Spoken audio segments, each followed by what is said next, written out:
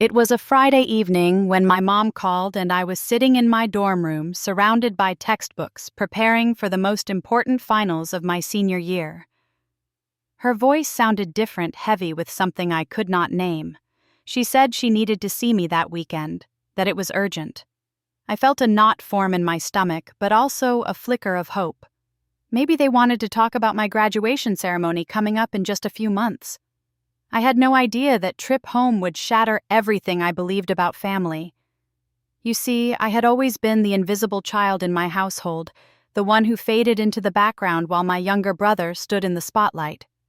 But I accepted it because I thought blood meant everything. Have you ever felt like a backup plan in your own family? Let me know where you are watching from today, and if this story resonates with you, please hit that like button and subscribe to the channel. Now let me tell you what happened when I walked through that door. My name is Della, and I grew up in a small town about 3 hours outside of Austin, Texas.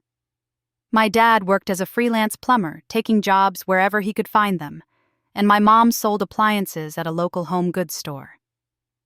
We were not rich by any means, but we had enough to get by. My parents always emphasized one thing above all else: family comes first. That phrase was practically the motto of our household, repeated at every dinner table conversation and every holiday gathering. My younger brother Marcus came along 4 years after me. From the moment he was born, something shifted in our home. My parents discovered that Marcus had what they called a special gift for the arts. He could hum melodies before he could speak full sentences, and by the time he was 7, he was banging on pots and pans with a rhythm that made my parents beam with pride. They enrolled him in music lessons, bought him instruments, and showered him with attention that I had never received. I remember being 10 years old and wanting a new bicycle. Mine had rusted handlebars and a chain that slipped off every few blocks. My dad told me we could not afford it. That same month, Marcus got a brand new keyboard because his music teacher said he showed promise. I did not complain. I told myself that Marcus was younger, that he needed more support. I made excuses for them before I even understood what I was excusing. As the years went on, the pattern became clearer. When I was 14, I begged to attend a science camp that cost $300. My parents said the money was not there. 2 months later, Marcus received an $800 electronic drum set for his birthday because he said he wanted to start a band.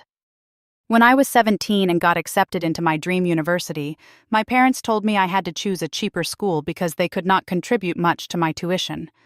That same year, they bought Marcus a used car so he could drive to his gigs. He was 16 and had never held a job in his life. I worked my way through college. I am not saying that to get sympathy. I am saying it because it matters to this story. I took out loans, applied for every scholarship I could find, and worked 2 part-time jobs throughout my 4 years. I washed dishes at a campus dining hall and tutored high school students in math on weekends. I never asked my parents for a single dollar after freshman year. I figured if I could make it on my own, I would prove my worth. Maybe then they would finally see me. Meanwhile, Marcus dropped out of community college after 1 semester. He said traditional education was not for artists. My parents nodded in understanding and continued to send him money every month so he could focus on his music. He moved into an apartment they helped pay for. He spent his days recording songs in his bedroom and posting them online, convinced that fame was just around the corner. I never said a word against any of this. I loved my brother even if I did not always understand him. And I loved my parents even when their favoritism stung like salt in an open wound. I told myself that family was supposed to support each other, that my time would come. I just had to be patient. So when my mom called that Friday evening with urgency in her voice, part of me wondered if maybe they were finally ready to celebrate my achievements. I was 3 months away from graduating with a degree in software engineering. I had maintained a high grade point average despite working 30 hours a week. I had already started applying for jobs at tech companies. For the first time in my life, I felt like I was on the verge of something great.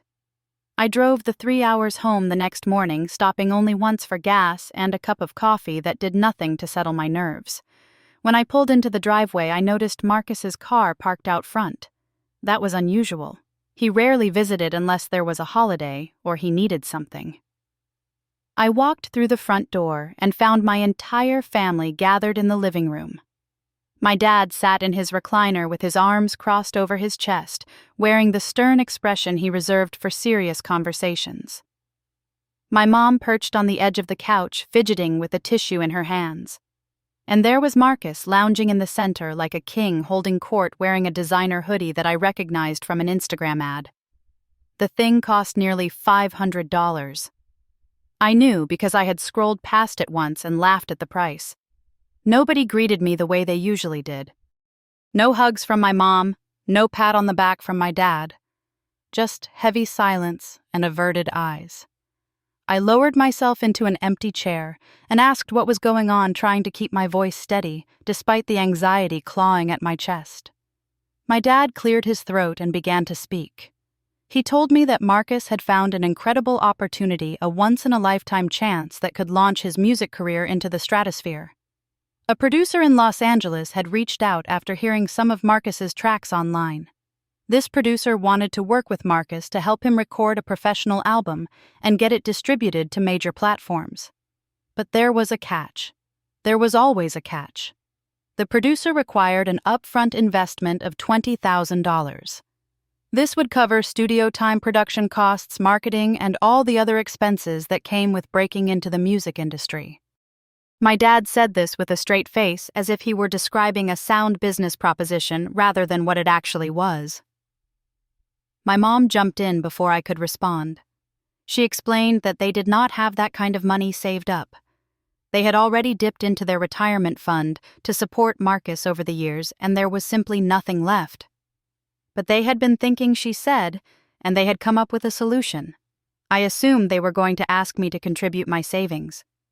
I had about $3,000 tucked away from years of working and living frugally. It was not much, but I had planned to use it as a safety net while I searched for jobs after graduation. Still, I was prepared to offer it. Family comes first, right? That was what they had taught me. But that was not what they wanted. My dad looked me straight in the eyes and said the words that would change everything. He told me that I only had 1 semester left until graduation. He said I could take the break just for a year or so and get a full-time job to help fund Marcus's opportunity. After Marcus got established, I could go back and finish my degree. It would still be there waiting for me. I thought I had misheard him. I asked him to repeat himself. My mom nodded along and confirmed what he had said. They wanted me to drop out of college 3 months before graduation to work and earn money for Marcus's music dreams. The room started spinning. I gripped the armrests of my chair and tried to process what I was hearing. 4 years of sacrifice. 4 years of exhaustion. 4 years of proving myself while watching them pour resources into my brother. And now, at the finish line, they wanted me to step aside so Marcus could have another chance at something he had been failing at for years. I asked the obvious question. Why could Marcus not get a job himself? He was 21 years old and perfectly capable of working. If this opportunity meant so much to him, why could he not contribute to making it happen? Marcus finally spoke up. His voice dripped with condescension as he explained that I did not understand how art worked. He said creativity required focus and dedication. He could not split his energy between some menial job and his craft. Real artists did not flip burgers or stock shelves. They devoted themselves entirely to their vision. My mom reached over and patted his knee sympathetically. She turned to me and said that Marcus had a special talent, something rare and precious. She said I was smart and capable and could find work anywhere. Marcus was different. This was his one shot, and if he missed it, he might never get another chance. My dad added that this was the moment for me to step up and show what family really meant. He said sacrifice was the foundation of love, and if I truly cared about my brother, I would not hesitate to help him achieve his dreams. I sat there in stunned silence, looking at the 3 faces staring back at me expectantly. My mother with her tearful eyes, my father with his righteous indignation, my brother with his smug certainty. They genuinely believed they were asking something reasonable. They saw nothing wrong with demanding that I throw away my future to fund a fantasy. I tried to stay calm. I really did. I took a deep breath and proposed an alternative. I offered to give Marcus my entire savings, all $3,000, as a contribution to his cause. He could use that as seed money to find other investors, or apply for grants, or even start a crowdfunding campaign. There were options that did not involve me abandoning my education. My dad dismissed the idea immediately. He asked what $3,000 would accomplish against a $20,000 goal. He called me selfish for even suggesting such a small amount when I could do so much more. I tried again. I suggested that Marcus could take a part-time job, something flexible that would allow him to keep working on his music while also earning money. Millions of artists around the world balanced work and creativity. It was not impossible. It was just hard. My mom started crying.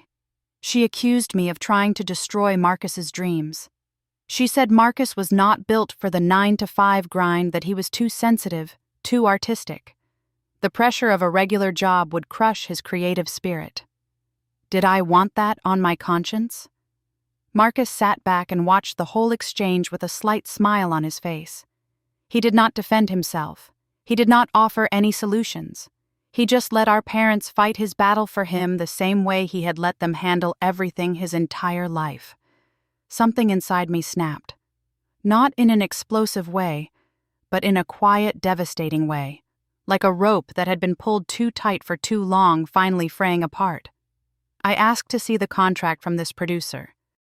Marcus pulled out a crumpled document from his backpack and handed it over. I smoothed it out and read through the terms carefully. The more I read, the sicker I felt. I recognized the name of the company. I had seen articles about them online.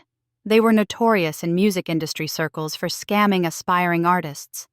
They took money up front, promised the world, and delivered nothing. Thousands of people had lost their savings to schemes exactly like this one.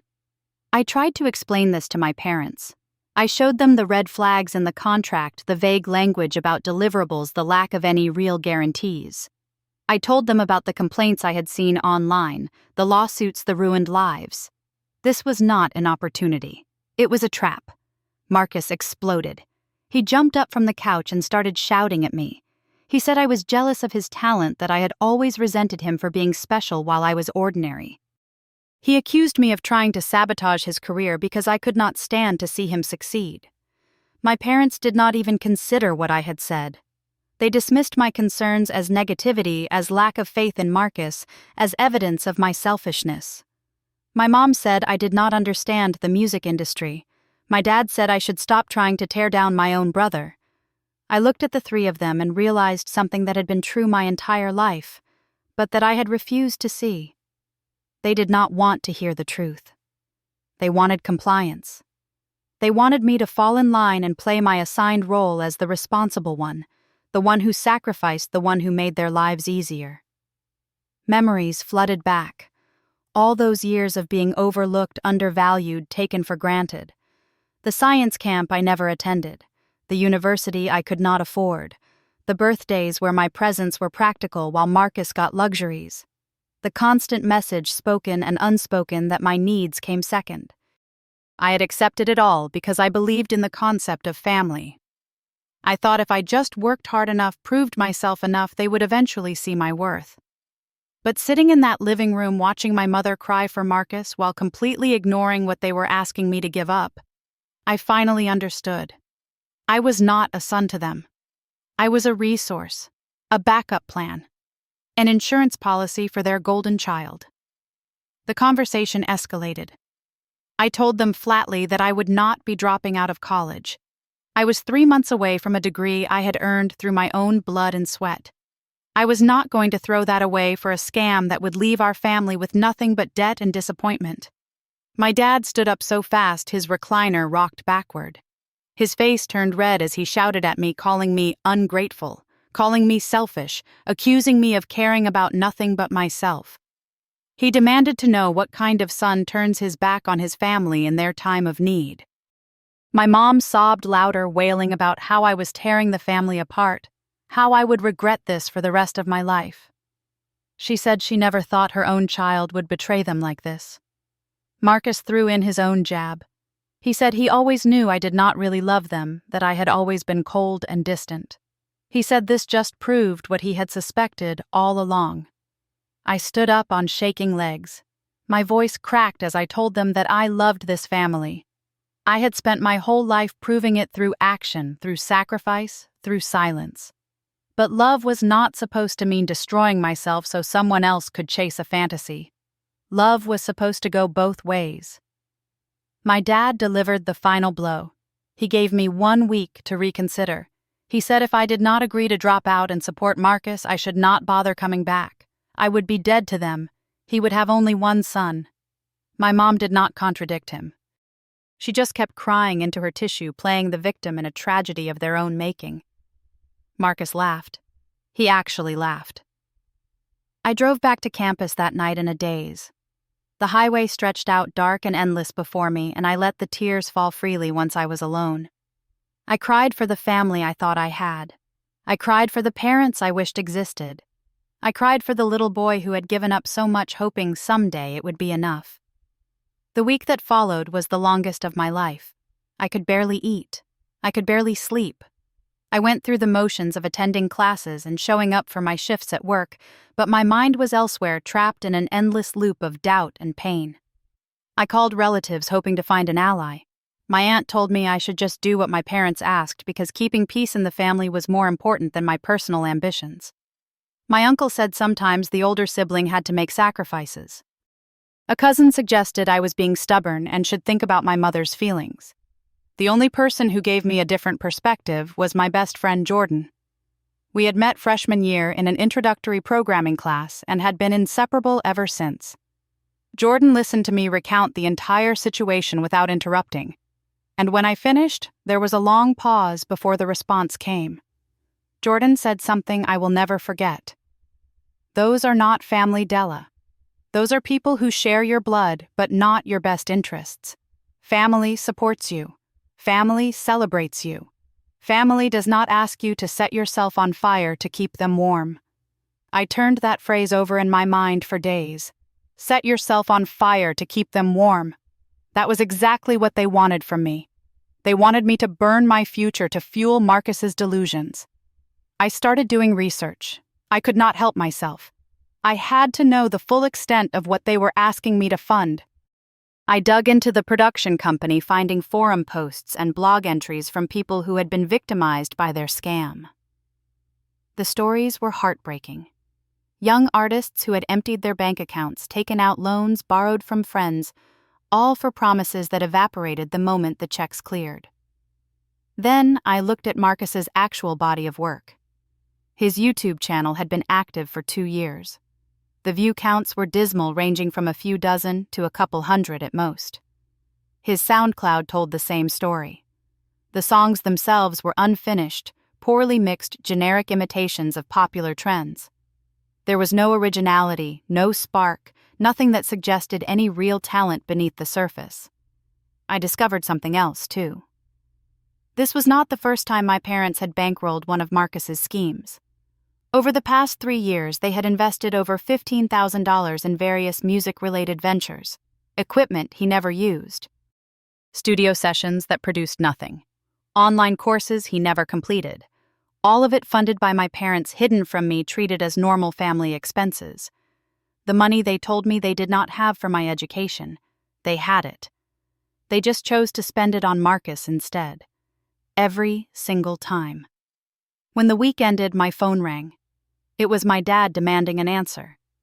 I could hear my mom and Marcus in the background waiting. I told him my decision. I would not be dropping out. I would be graduating in 3 months with a degree I had earned on my own. And I would not be giving Marcus a single dollar to throw at a company that would take his money and disappear. The explosion on the other end of the line was immediate and deafening. My dad screamed curses I had never heard him use before. He said I was no longer his son. He said he wished I had never been born. He said I had betrayed everything our family stood for. My mom grabbed the phone and wailed about how I had killed her, how I had broken her heart beyond repair. She said she would never forgive me that I had chosen strangers over my own flesh and blood. Then Marcus came on the line. His voice was cold and venomous. He told me he would never forget this. He said when he made it big, and he would make it big, he would make sure the whole world knew what kind of brother he had. He would expose me as the heartless traitor I really was. I listened to all of it. I let them pour out their rage and resentment and wounded pride. And when they finally ran out of breath, I said the only thing left to say. I told them I did not need forgiveness from people who had never respected me in the first place. Then I hung up. That was the last real conversation I had with my family for a very long time. The months that followed tested everything I had. I poured myself into my studies with a focus I had never known before. Every assignment, every exam, every project became proof that I had made the right choice. Jordan and my other friends rallied around me, checking in regularly, making sure I ate proper meals, reminding me that I was not alone. My academic advisor noticed the change in me. When he asked what was driving my sudden intensity, I gave him the abbreviated version of my story. He listened with genuine concern, and then did something unexpected. He connected me with a recruiter at a tech company that was hiring new graduates. He said my skills and work ethic were exactly what they were looking for. 3 months later, I walked across that graduation stage. I wore my cap and gown and held my diploma high enough for the whole auditorium to see. There were no parents in the audience cheering for me, no family waiting to take pictures and celebrate, but Jordan was there whooping louder than anyone. My advisor was there beaming with pride. A few professors who had watched me struggle and persevere were there clapping as I received my honors cords. I was not alone. I had never been alone. I just had to find the people who actually cared. 2 weeks after graduation, I started my new job. The starting salary was $75,000 a year, more money than I had ever imagined earning. I rented a small apartment near the office, furnished it with secondhand finds and clearance sales, and began building a life that belonged entirely to me. I posted a photo on social media that day. Just me in my empty apartment holding my diploma, smiling for the first time in months. The caption was simple: built it myself, proud of myself. I did not tag my family. I did not need to. 6 months into my new life, I got a call from my aunt. She had kept minimal contact with me, sending occasional texts but respecting my space. This time she had news. Marcus had gone through with the deal. My parents had taken out a high-interest loan to cover the $20,000, convinced that their golden child would pay it back tenfold once he hit it big. They signed the contract. They sent the money. The production company vanished 2 months later. The website went dark. The phone numbers stopped working. The address listed on the contract turned out to be a virtual mailbox at a shipping store. $20,000, plus the interest that was already accumulating, gone in an instant. Marcus predictably blamed everyone but himself. He blamed the company for being dishonest. He blamed the industry for being corrupt. He blamed me for not warning them strongly enough. He never once considered that his own laziness and entitlement had led him exactly where it was always going to lead. My parents were now drowning in debt. The monthly payments on the loan ate into their already tight budget. My dad had to take on extra jobs to keep up. My mom worked overtime at the store. Their comfortable retirement had been replaced by financial strain that would take years to resolve. A few weeks after I heard this news, my mom called me for the first time since our blow-up. I almost did not answer, but something made me pick up some lingering hope that maybe finally they had realized the truth. I was wrong. She did not call to apologize. She did not call to acknowledge what they had put me through. She called to ask for money. She said they were struggling, that the loan payments were too high, that they needed help. She said family had to stick together in hard times. I let her finish. I let the silence hang between us, heavy with everything unspoken. Then I told her no.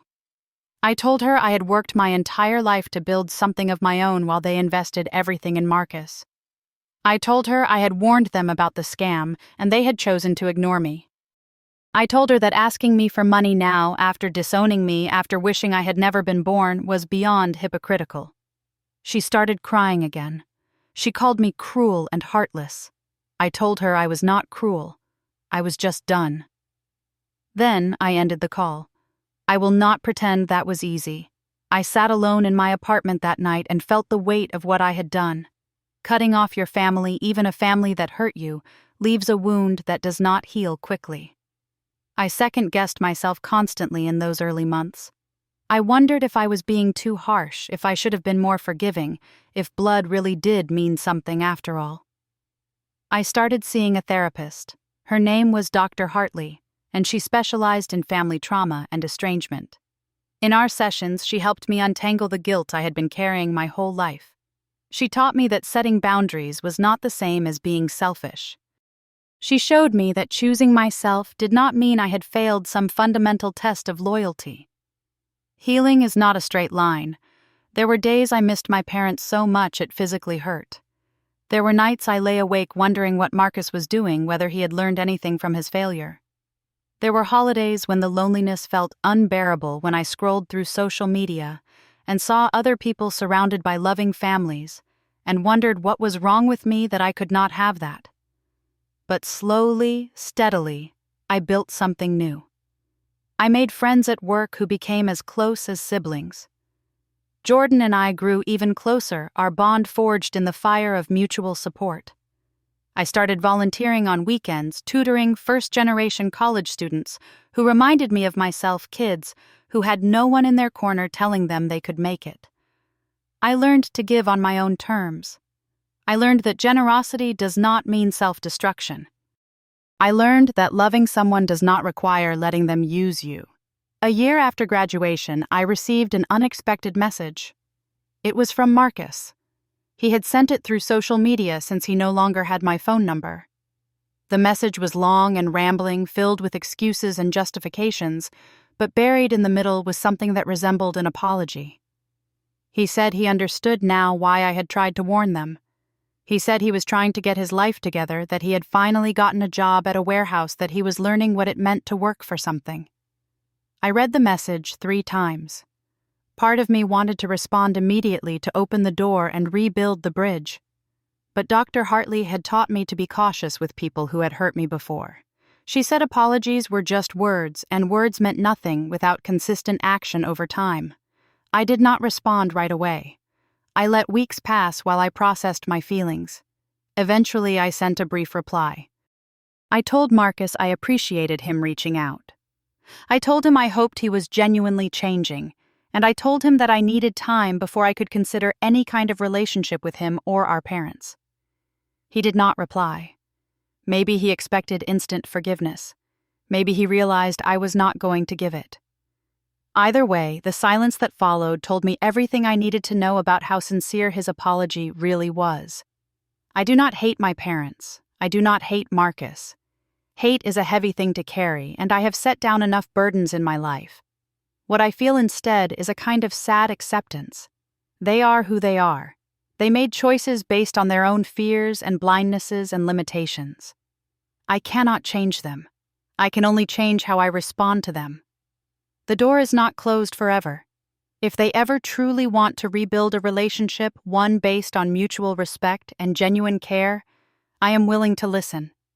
But I will never again be the invisible child, the backup plan, the family ATM. That version of me died the night I drove back to campus with tears streaming down my face. The version of me that emerged from that pain is stronger. He knows his worth. He protects his peace. He chooses carefully who gets access to his heart. And here is the lesson I want to leave you with, the one that took me 25 years and a whole lot of heartbreak to learn. Family is important, but family is not just about blood. Real family is the people who love you without conditions, who celebrate your victories, and stand by you in your defeats, who would never dream of asking you to destroy yourself for their benefit. You do not owe your life to anyone, not even the people who gave it to you. And sometimes the bravest and most loving thing you can do is walk away from those who only know how to take. I do not know what the future holds with my biological family. Maybe one day things will be different. Maybe they will finally understand what they lost when they tried to sacrifice me for their golden child. Or maybe not. Either way, I am at peace. I have built a life I am proud of. I have surrounded myself with people who see me, truly see me for who I am.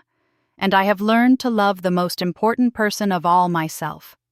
If you are going through something similar, if you are the overlooked child, the scapegoat, the one who gives and gives while others only take, I want you to know something.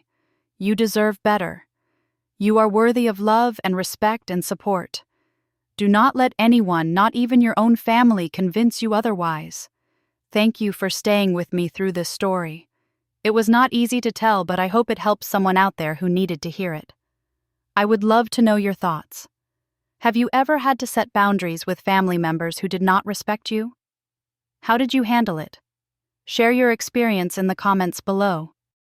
And if this story touched you, please give it a like, subscribe to the channel so you do not miss future stories, and share it with someone who might need to hear these words today. You never know whose life you might change. Take care of yourselves, protect your peace, and remember you are enough exactly as you are.